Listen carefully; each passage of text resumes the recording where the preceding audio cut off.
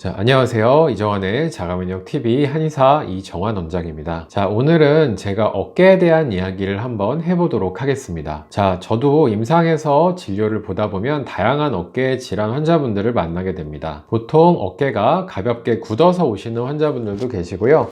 회전근개에 염증이나 파열이 생겨서 오시는 분도 계시고, 오십견 환자분들도 계십니다. 그리고 이제 제가 전문으로 진료하고 있는 류마티스 관절염이라든지 자가면역 질환에서 어깨 관절염이 오는 경우도 있기 때문에 이런 환자분들도 치료를 도와드리고 있습니다. 자, 그런데 이렇게 다양한 어깨 질환의 환자분들이 오셔도 어떤 분들은 좀 호전이 빠른 경우가 있고 어떤 분들은 좀 호전이 느린 경우가 있습니다. 자, 그래서 오늘은 제가 이렇게 호전의 차이가 나는 이유에 대해서 한번 말씀을 드려보려고 합니다. 자, 어깨가 잘 안 나는 이유가 무엇이 있을까요? 자, 제가 보는 첫 번째 원인은 바로 체형의 문제입니다. 자, 체형의 문제 중에서 가장 대표적으로 문제가 되는 것이 어깨가 굽어 있는 경우입니다. 우리가 보통 이렇게 라운드 숄더라고 해서 어깨가 굽어져 있는 형태를 이야기를 하는데요. 이렇게 이제 어깨가 굽어지게 됐을 경우에는 이 견봉하 공간이라는 것이 있습니다. 뭐냐면 이 극상근이라고 해서 이렇게 어깨를 들어 올리는 근육이 지나가는 공간이 있는데 그 공간이 뼈와 뼈 사이입니다. 그래서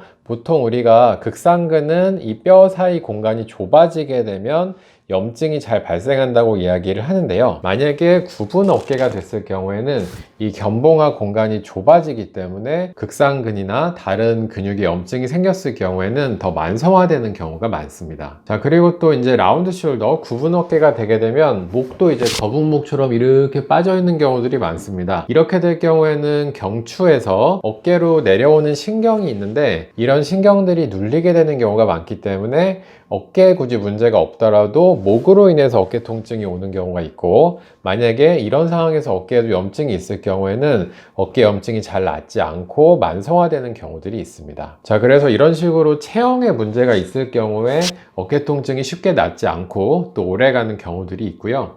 자, 그리고 두 번째는 어깨 근육이 굉장히 약한 분들이 있습니다. 제가 이제 옆에 보여드릴 사진을 보시면은 이 사진에서는 어깨 근육이 신경의 이상으로 인해서 굉장히 위축된 경우를 볼 수 있습니다. 이건 물론 이제 극단적인 사례고요. 하지만 임상 현장에서 봤을 때 특히 이제 여자분들을 중심으로 어깨 근육이 약하신 경우가 굉장히 많이 있습니다. 이런 경우는 치료를 하더라도 치료 기간이 좀 오래 걸릴 수가 있고 또 치료 후에 재활을 해서 재발이 되지 않도록 해야 되는데 그 재활을 하는 기간도 조금 더 걸리는 경우들이 있습니다. 자, 그래서 이런 경우는 어깨를 강화시켜 주면서 치료를 같이 병행을 해야 될 것이고요. 자, 그리고 이제 세 번째로 어깨가 잘 낫지 않은 이유로는 내과적인 문제를 같이 가지고 있는 경우들이 있습니다. 예를 들어서 소화불량이 만성적으로 있어서 자꾸 이제 체형이 틀어진다든지 아니면 비염이 있어서 그것이 경추나 어깨에 영향을 준다든지 혹은 우울증이 있어서 체형이나 몸의 혈액순환, 호르몬 계통에 영향을 준다든지 여러 가지 내과적인 문제가 있을 경우에는 또 어깨의 치료가 더뎌지게 되는 경우들이 있습니다. 자, 그리고 당연하겠지만 자가면역 질환이라던가 이런 내과적인 문제가 같이 있으면서 어깨에 통증이 있는 경우에는 그 치료를 위해서는 더 많은 기관과 많은 치료 방법이 소요가 될 것입니다. 자, 그리고 제가 생각하는 네 번째로 어깨가 잘 낫지 않는 이유는 여러 가지 어깨 질환이 같이 합쳐져 있는 것입니다. 예를 들어서 회전근개가 염증이 있으면서 동치에 목 디스크가 있거나 오십견이 있으면서 회전근개가 파열이 돼 있거나 약화돼 있거나 이런 식으로 다양한 어깨 질환이 병행이 되었을 경우에는 그것들을 다 바로 잡고 치료하는 데는 시간이 굉장히 오래 걸리기 때문에 이 경우도 치료가 좀 더딜 수가 있다고 말씀을 드리고 싶습니다. 자, 이런 식으로 제가 네 가지의 치료가 좀 더뎌지는 원인들에 대해서 이야기를 했는데요. 그러면 이렇게 어깨 질환을 치료를 했는데도 빨리 낫지 않을 경우에는 어떤 방법을 쓰는 것이 좋을까요? 자, 제가 아까 말씀드린 원인들은 다 해결 방법이 있습니다. 일단 체형의 문제 같은 경우에는 평소에 본인이 체형을 굉장히 신경을 쓰시는 것이 좋습니다. 자꾸 어깨를 좀 피려고 노력을 하시고 이 어깨 쪽이랑 관련된 근육들 중에서 또 중요한 것이 가슴 쪽에 해당하는 가슴의 흉근들인데 이 흉근들을 충분히 스트레칭을 하면서 이제 치료를 병행하게 되면 훨씬 더 치료 효과가 빠를 수 있습니다. 그리고 이제